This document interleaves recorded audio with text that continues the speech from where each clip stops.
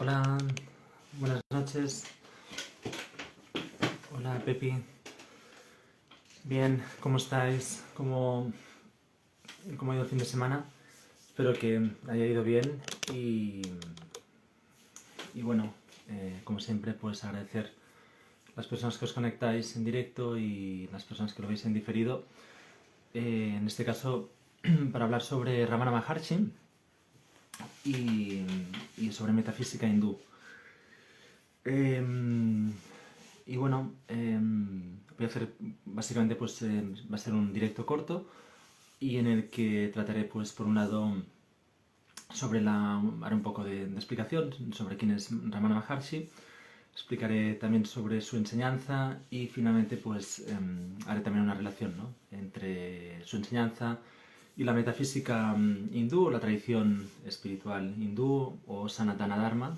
Son formas distintas de enunciar lo mismo y que se remonta pues más allá de la digamos de la invasión entre comillas de los indoeuropeos por allá pues si no recuerdo mal sobre el 3000 antes de Cristo, eh, momento en el que los dravídicos, los pueblos originarios de India, de India del norte y en general de India, los pueblos dravídicos entonces se fueron desplazando a medida que iban llegando los... Hola, buenas. Se fueron desplazando yendo hacia el sur y se establecieron los indoeuropeos. En este caso, pues así un poco rápido a nivel histórico, ¿no?, para tener también una noción, una idea de lo que es la metafísica hindú eh, originariamente en... Hola Vero, buenas.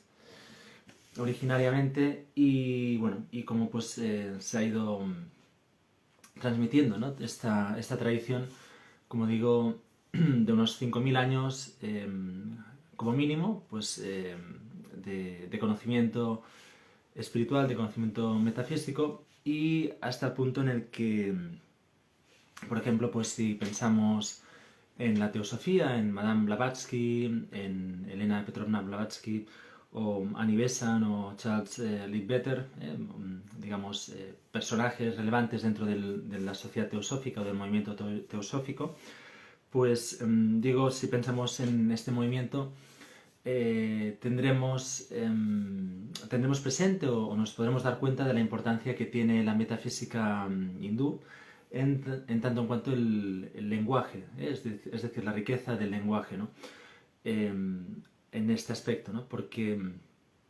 uno pues ahora está nada, mirando este libro, preparando pues un poco el directo, este libro que es de Ramana Maharshi. Bueno, no se lo escribiera él, son extractos de conversaciones y Sé lo que eres, es el título.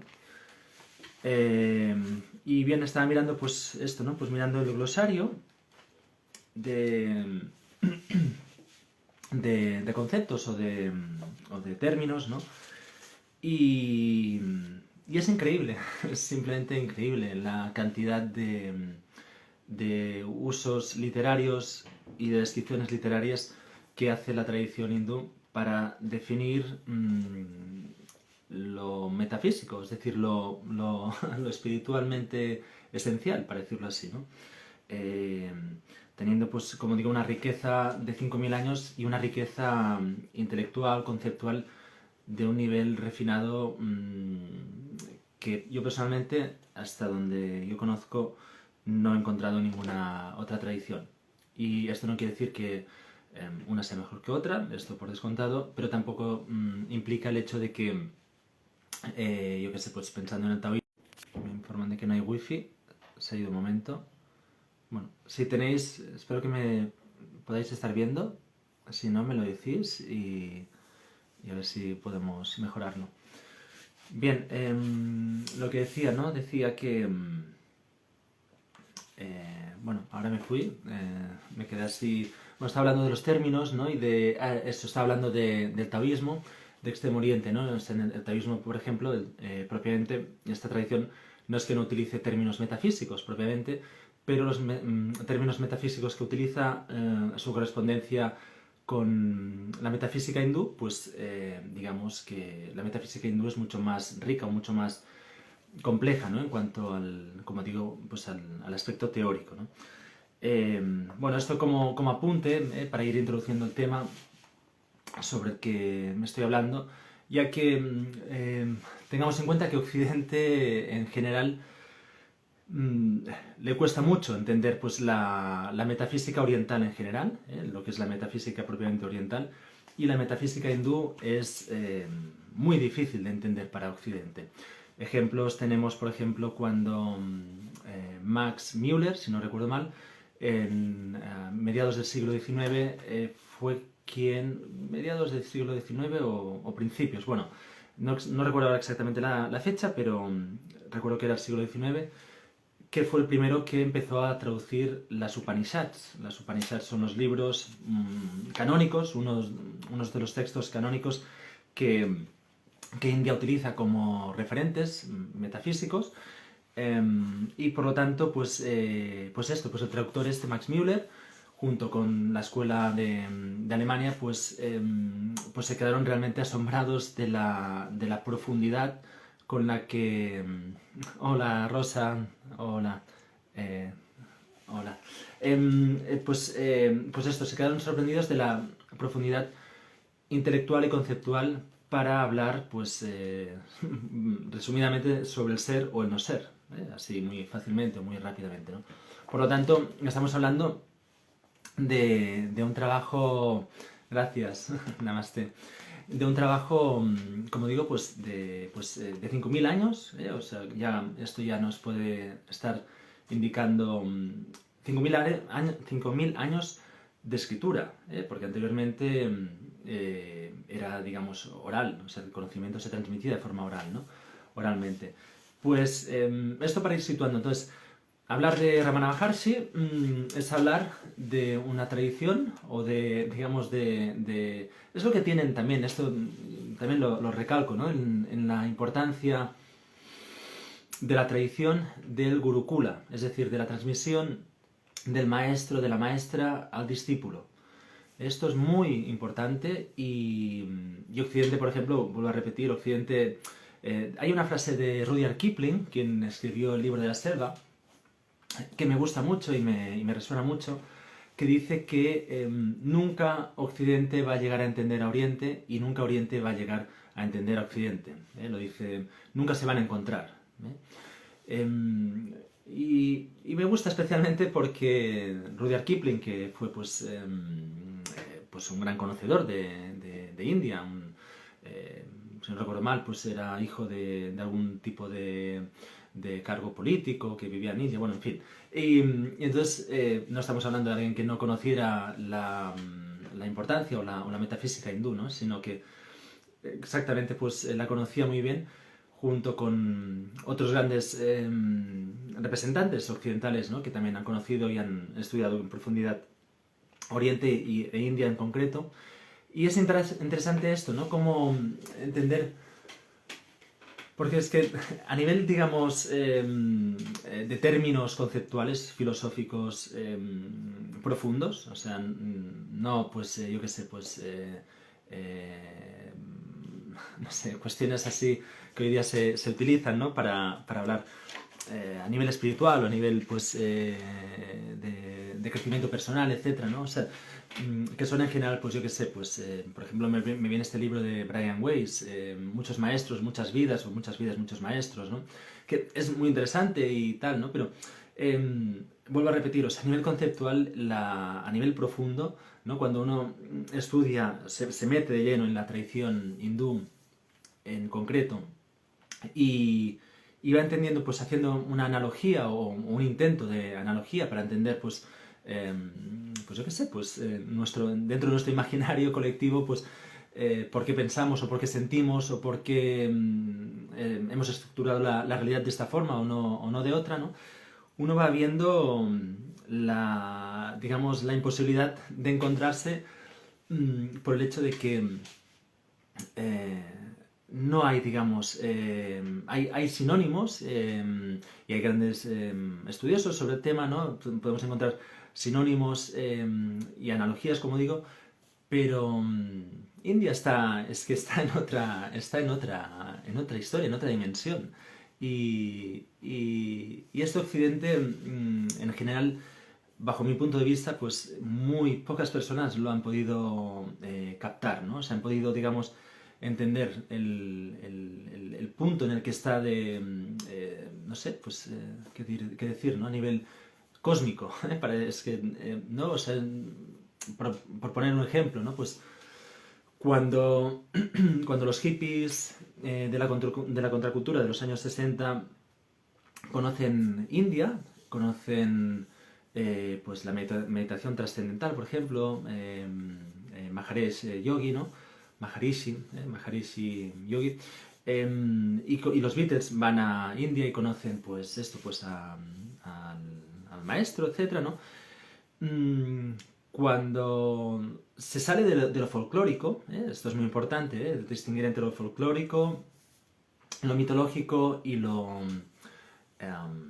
digamos lo profundo, ¿no? O sea, la tradición, de aquí de la importancia de la tradición, pues cuando uno sale de lo folclórico, uno se da cuenta de que India, en libros de hace 3000 años, o sea, hablan digamos, de un concepto del tiempo tanto lineal como no lineal y o sea, no espacio-tiempo, que les voló la cabeza, es que literalmente, o sea, los hippies, si estaban, digamos, de ácido, si iban de LSD o de lo que fueran, o sea, eso literalmente les voló la cabeza, porque pensemos en los Manvataras, es decir, en los ciclos cósmicos, ¿no? Con los que trabaja o con los que, digamos, medita India, ¿no? O sea, estamos hablando de que un solo parpadeo de Brahma, es decir, Brahma dentro de la Trimurti, Brahma, Vishnu y Shiva, son los tres aspectos de la divinidad, ¿no? de la conciencia divina, pues un solo parpadeo de Brahma son 350.000 años, si no recuerdo mal, no estoy diciendo así, de esto no he tomado notas, pero bueno, no estoy diciendo así, quien quiera consultarlo, pues que lo consulte, pero va a ver, o sea, que es, digamos, de una dimensión que Occidente no llega, o sea, no... llega por otros lados, ¿eh? O sea, ahora me estoy refiriendo en este segmento de lo que digo, ¿eh? Podemos hablar de la Trinidad, podemos hablar, yo qué sé, ¿no? Pues de la experiencia de Jesús en el Getsemaní, en la cruz, etcétera. Podemos hablar del Antiguo Testamento, bueno, en fin, ¿no? O sea, pero la concepción en sí, o sea, no tiene, o sea, dista muchísimo de poderse, digamos, ligar, ¿no? Y Ramana Maharshi, entonces ahora ya entro pues a hablar más propiamente, ¿no? de Ramana Maharshi. Venkataraman, si no recuerdo mal, el nombre, lo veré por aquí. Bueno, el nombre originario de Ramana Maharshi era, pues era, si, bueno, por aquí no lo dice. Bueno, Venkataraman es el nombre que me suena. Y bien, era un chico de 16 años que tuvo una experiencia que lo transformó, o sea, digamos, lo llevó al punto de no retorno. Es decir, sintió que se moría, sintió que ya era su final, era la muerte y, y por lo tanto no tenía, digamos, más opción que entregarse a esa experiencia, ¿no? La experiencia de la muerte de Ramana Maharshi, o de Venkataraman en ese momento, le produce un cambio, o sea, un salto de conciencia al darse cuenta de que en realidad no hay muerte, no hay digamos, nada que acabe, ni que empiece, ni que acabe, y por lo tanto entra en un estado de lo que la tradición hindú es el estado de Atman, o Atman, ¿no? Paramatman, ¿no? Que es el estado, digamos, de establecimiento del ser transpersonal, el ser transindividual, digamos, como queramos, ¿no? Entonces, en ese momento, Venkataraman se queda, o sea, se establece en la conciencia cósmica de Brahman y se da cuenta de que no hay individuo. O sea, el individuo es inexistente. Es decir, yo, ¿no? O sea, yo o cualquiera de vosotros, de vosotras, en realidad no existimos más que en la ilusión o en la proyección, digamos, de Maya, de la experiencia hindú de la realidad, ¿no? Si esto que estamos, que simplemente el hecho de plantearlo, o sea, solo el hecho de plantearte que yo no exista, si ya nos puede volar la cabeza, ya nos puede abrir una ventana al infinito, el hecho de experimentarlo, de sentirlo, de vivirlo, en sí ya no es que nos vuele la cabeza, es que no hay opción, ¿no? Y el tema aquí muy interesante, y esto lo enlazo con los últimos vídeos que he ido haciendo, es la cuestión de que... vale. Es la cuestión de que aquí en Occidente, a una persona que viva esto, que lo sienta y que lo experimente a los 16, a los 10 o a los 50 años, simplemente se lo cierra. O sea, se lo coge y viendo que, digamos, no tenemos las herramientas a nivel social, a nivel familiar, etcétera, para poder acompañar este movimiento, esa persona pues se la tilda de loco o de loca y se la cierra. El hecho es que Ramana Maharshi vive en India y en India lo que sucede es que toda la sociedad, o sea, todo, digamos, toda la experiencia cotidiana es una experiencia metafísica, una experiencia en la que quien haya estado en India pues, y haya podido observar esto, pues se vea, digamos, en cualquier espacio, en cualquier lugar, ¿no? Que es el hecho de que todo está inundado de Dios, todo está inundado de divinidad. No hay nada que no sea divinidad. Algo que Occidente no ha resuelto. Esto también importante, ¿no? de tener en cuenta, ¿no? Aquí en Occidente son mentales, no creen en la mediunidad y en la intuición, tanto como en India o en Latinoamérica. Exacto, Latinoamérica sería también un punto de aparte también para hablar. Bueno, aprovecho para hacer un poco de publicidad. A finales de este mes, de febrero, estaremos hablando con Evelyn sobre cosmología andina y astrología, para quien tenga interés. Bueno, esto como apunte. Pues bien, como decía, sí, tampoco tienen fe ni devoción en Occidente, pero porque no la han sentido. Bueno, no entraré ahora a hablar sobre esto, ¿no? Que es una cuestión muy, muy interesante como la planteas.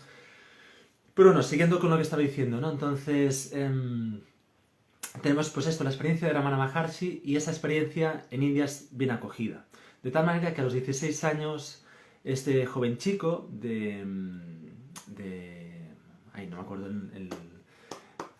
bueno, se me ha ido el nombre del lugar, ¿no? Donde vivía, pues se retira del mundo y se va a vivir a Arunachala, la montaña sagrada. En India pues hay distintos lugares de peregrinación a los que se los ha asignado, pues, bueno, en cada lugar, digamos, en cada punto cardinal hay unos lugares de peregrinación que todo hindú debe realizar en algún momento de su vida. Y en este caso, pues Arunachala es uno de estos lugares, situado en Pune, en Tirumbamalai. Y bien, se establece allí pues en una cueva durante esto, pues estamos hablando de finales del siglo XIX. Y entonces llega un momento en el que, pues bueno, está durante 2 años procesando toda la experiencia, o sea, toda la experiencia que tuvo con 16 años, pues está 2 años que no come prácticamente y no duerme, ya que, como he dicho, se establece en el estado de Paramatman, es decir, el estado supremo, según la tradición hindú y la experiencia, digamos, de los maestros que realmente lo son, ¿no? Que se establecen pues, en este estado, y que en este caso, pues, al tener 16 años, pues él está en 2 años procesando, Ramana Maharshi procesando toda la experiencia, estableciéndose también en el cuarto estado, en el estado de Turiya, dentro de también pues los hindús hablan de 4 estados ordinarios, bueno, 3 estados ordinarios y uno trascendente, ¿no? Entonces los 3 estados ordinarios serían el de vigilia, el de no vigilia y el estado de entresueño. Serían básicamente estos. Pero es que luego establecen o hablan de un cuarto estado que es Turiya, que es el estado de plena experiencia del ser, digámoslo así, ¿no? Entonces, como digo, pues está durante 2 años procesando toda la experiencia y bien, no me acuerdo ahora pues sobre qué época, pero a partir de un momento es conocido, se lo conoce como el santo de Arunachala. Se establece, Ramana Maharshi se establece en el silencio, es digamos no me sale un mouna, es decir, un silencioso, como se considera, como se denomina en India, ¿no? Y el resto de su vida lo pasa así, en silencio, comunicándose telepáticamente, ¿no? Con sus discípulos y con... bueno, ¿no? Y evidentemente llegan los occidentales y en masa, cuando lo descubren, gracias al libro, bueno, no lo tengo ahora por aquí, el libro de Paul Brownton, si no recuerdo mal el título, Viaje a la India secreta.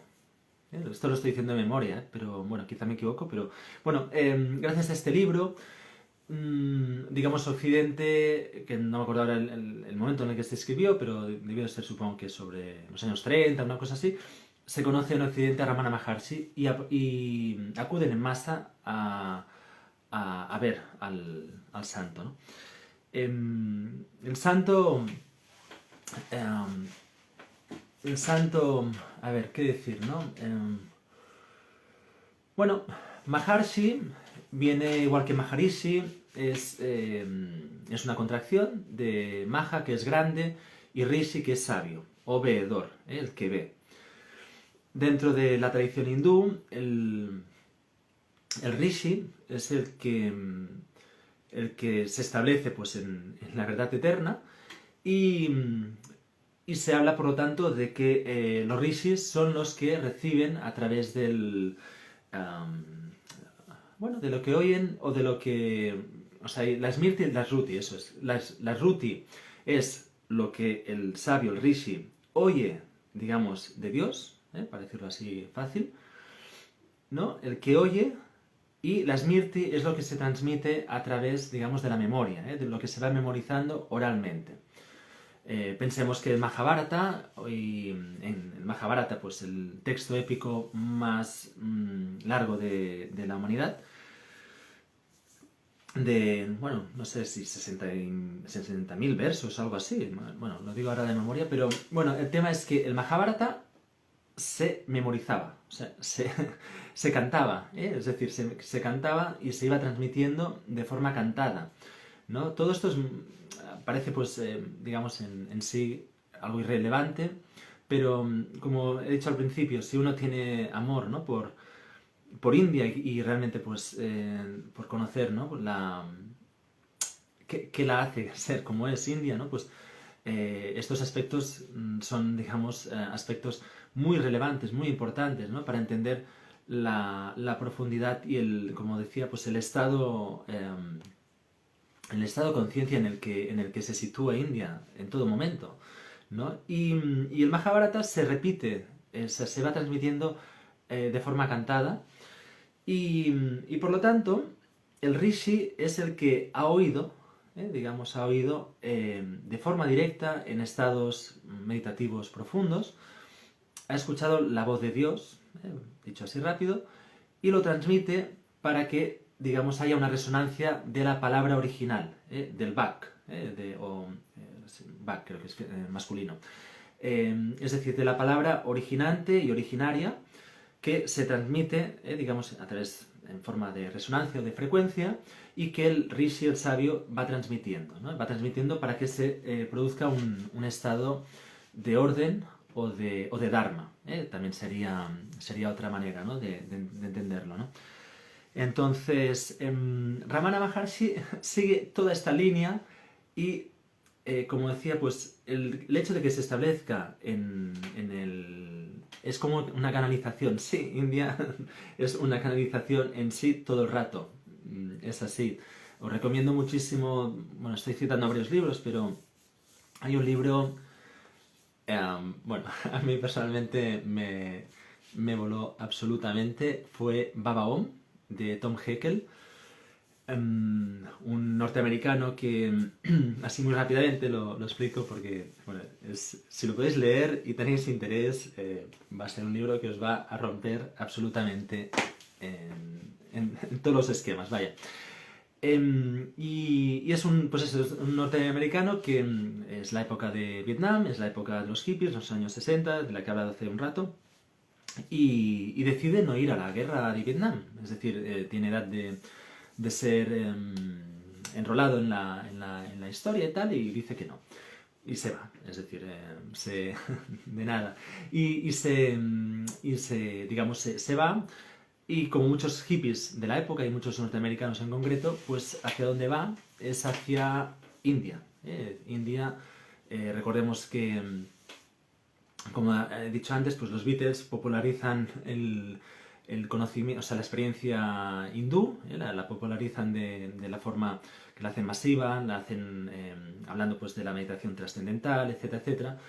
Y Tom Heckel, pues con muchos, pues se va hacia India, y en su viaje, digamos, bueno, tiene la experiencia de que no hay individuo. O sea, que sobre esto ahora lo estoy diciendo así, pero bueno, en otros vídeos he dado énfasis también al hecho de que somos individuos, pero bueno, en otro aspecto. Pero ahora, hablando propiamente, el hecho de que no haya individuo, esta experiencia le hace darse cuenta de que es una ilusión que esta carne, o que, digamos, este que soy yo, o cualquiera de vosotros y de vosotras, exista separadamente, existamos, ¿no? Digamos, forma parte del juego, forma parte de la peli, ¿no? Del teatro, ¿no? En el que estamos. Y esto, Ramana Maharshi, pues simplemente se establece en este estado en el que toda India está vibrando en estas, o sea, está constantemente, ¿no? Y, y bien, y también algo muy importante, se establece en Muni, en Muni, perdón. Pensemos, por ejemplo, el Buda Gautama, Siddhartha Gautama, ¿no? Shakyamuni viene de la escuela, o viene, digamos, de la secta, entendida en el sentido budista, viene de los Shakyamunis, es decir, de los que... Shakya no recuerdo, tiene un título así como de realeza, si no recuerdo mal, y Muni es el que calla, el que se queda en silencio, ¿no? Pues Ramana Maharshi se establece en este estado, y en India posibilita el hecho de que esté, pues creo que 30 o 40 años en silencio. Todo esto lo digo así de... Bueno. Toda enseñanza, esto es muy interesante también, ¿no? Él simplemente dice, toda enseñanza se resume en el hecho de ir al corazón, es decir, volver al corazón espiritual, volver al Hridayam, que dice la tradición. Ahora no recuerdo en qué Upanishad, pero hay una Upanishad que el padre le enseña al hijo. Espera, aún la tendré aquí. Un momento. No, porque tengo algunas citas aquí en el libro. No la tengo aquí. Pero bueno, el tema es que en esta Upanishad, que digo no recuerdo cuál es, el padre le dice, tráeme una semilla de mostaza. El hijo trae una semilla de mostaza y le dice, ahora ábrela.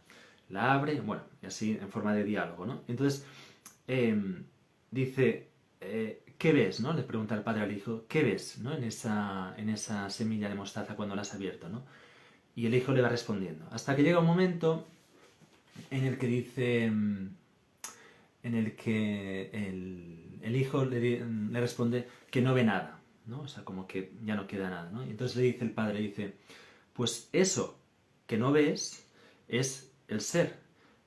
es decir, lo más invisible de lo invisible de lo invisible, para decirlo así, es el ser. Y el ser mora en el corazón, dice la tradición.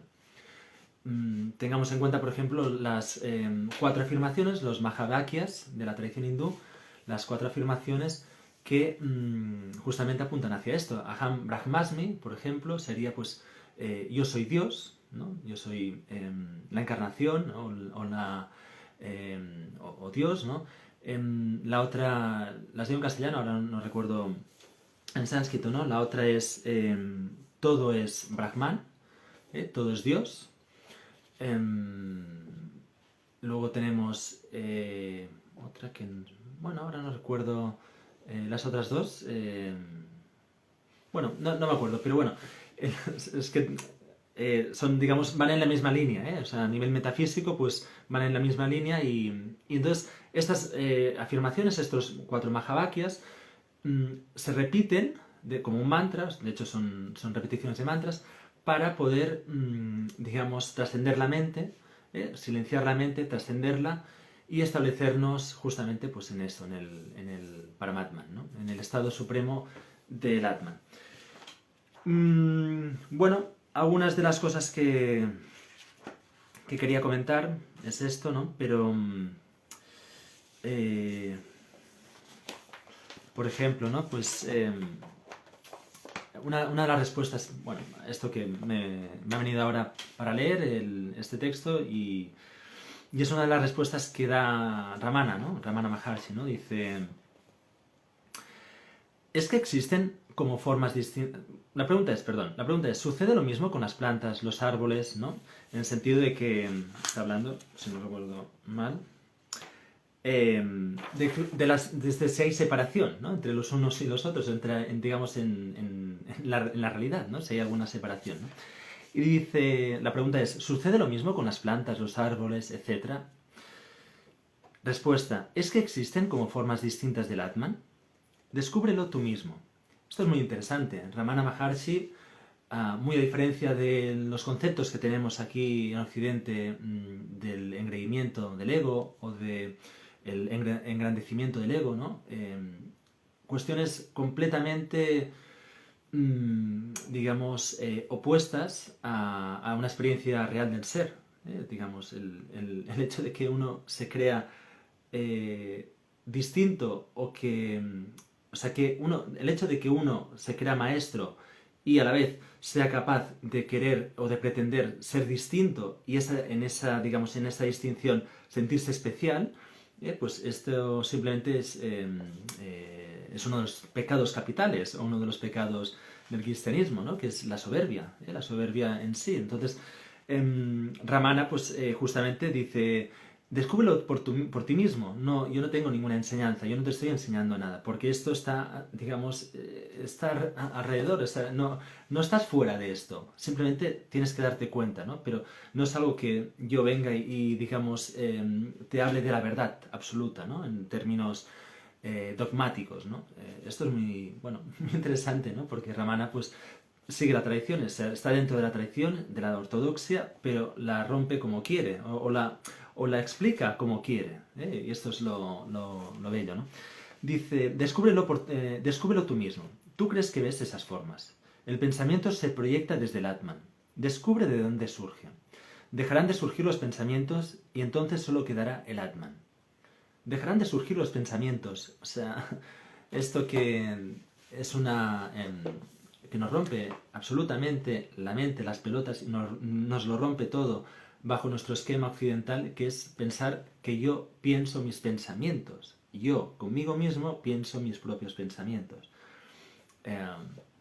Si uno lo analiza con rigurosidad, con seriedad, y observa cómo nacen los pensamientos, el transcurso que siguen y cómo desaparecen,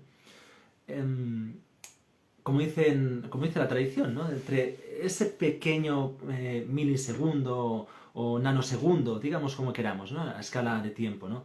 Entre un pensamiento y otro pensamiento, ese pequeño vacío es lo que eres, es lo que somos. Es decir, yo estoy pensando que creo que pienso, ¿no? Es algo muy, digamos, muy loco, muy absurdo, pero es el paradigma en el que Occidente se basa, ¿no? Y por lo tanto, cuando Ramana está diciendo esto, dejarán de surgir los pensamientos y entonces solo quedará el Atman. Es decir, porque el miedo justamente de Occidente es el hecho de afrontar el vacío. Es decir, el hecho de afrontar la, digamos, la irracionalidad, que de lo que ya hablé en un vídeo anterior, haciendo así muy rápidamente pues una correspondencia, sería el miedo a la feminidad, el miedo al principio femenino. Pero bueno, esto aquí no voy a entrar ahora en esto, que es también muy profundo, ¿no?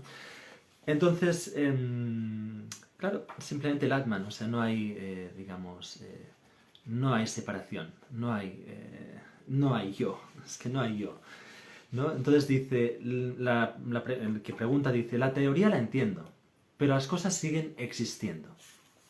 La respuesta es, sí, es como una sesión de cine. En la pantalla, la luz y las sombras que se mueven fugazmente por ella impresionan al público como en una representación teatral. Si en una sesión se muestra al público en la pantalla como parte del espectáculo, entonces tanto el sujeto que ve como el objeto visto están en la pantalla. Pues aplícate eso a ti mismo. Tú eres la pantalla. El Atman ha creado el ego. El ego aporta los pensamientos, los cuales se manifiestan en forma de mundo, de árboles y de plantas, sobre las que tú estás preguntando. En realidad, todo eso no es nada más que el Atman. Si puedes ver el Atman, descubrirás que él es todas las cosas, en todas partes, siempre. Lo único que existe es el Atman. No voy a citar más texto de Ramana Maharshi, pero bueno, esto es muy interesante. Aquí hay bueno, hay muchas cosas, ¿no? En sí, pero pues, por un lado está la física cuántica. Recordemos, solo como apunte, pues cuando en el momento álgido están en ese momento increíble que fue ese momento, ¿no? En los años 20, están años 20 anteriores, está Niels Bohr, Einstein, está Heisenberg, ¿no? Werner Heisenberg, está Pauli, Wolfgang Pauli, bueno, en fin, un elenco de personajes de la obra brutales, ¿no? Cuando se dan cuenta de que, o sea, el mundo no es lo que parece, ¿no? Les vuela de tal manera la mente que el único lugar donde encuentran referencias para poder entender lo que están viviendo o lo que están observando es justamente en la tradición hindú. Y esto es lo interesante, ¿no? O sea, justamente se van vuelven bueno, intentan encontrar el referente, las referencias en Oriente. Y es justamente de lo que todo el rato nos habla Ramana, ¿no? Y por otro lado, como decía, Occidente no ha podido resolver todavía la cuestión de que Dios sea en todo y en todos, porque está el peligro del panteísmo. Es decir, recordemos, Occidente es monista, básicamente es de corte, digamos, filosófico o de corte teológico es monista, por lo tanto Occidente es monista, y la cuestión del panteísmo es una cuestión que no ha sido capaz de resolver todavía. Aquí lo interesante o digamos el salto sería conceptualizarlo en forma de panenteísmo, es decir, todo en, todo en Dios, pero, ¿cómo decirlo? ¿No? Panenteísmo, en a Dios, o sea, aquí las palabras, como digo, se nos quedan cortas, por eso la tradición hindú tiene tantos conceptos y tan finos, ¿no? Tan digamos, sutiles, ¿no? Justamente para definir esto, ¿no? El panteísmo, que sería todo es Dios, ¿no? El panteísmo cristiano, y luego tendríamos el panenteísmo, que esto es, digamos, en el a través, ¿no? O sea, sería un a través de Dios, es decir, y aparte hace gracia porque ahora, pues pensando en la teología cristiana, hace gracia porque hablan de Jesús, ¿no? Hablan de Jesús como, si no recuerdo mal, fue San Pablo quien pronuncia esta afirmación, ¿no? Que dice, en él somos, nos movemos y respiramos o vivimos, ¿no? Algo así, ¿no? Es decir, volvemos a lo mismo, o sea, no hay ninguna distinción entre, digamos, la experiencia, o Jesús, ¿no? Jesucristo, ¿no? Propiamente, y la experiencia humana, ¿no? Lo único que Occidente pues se fue enredando en un camino muy, muy loco, que es justamente el de querer salvar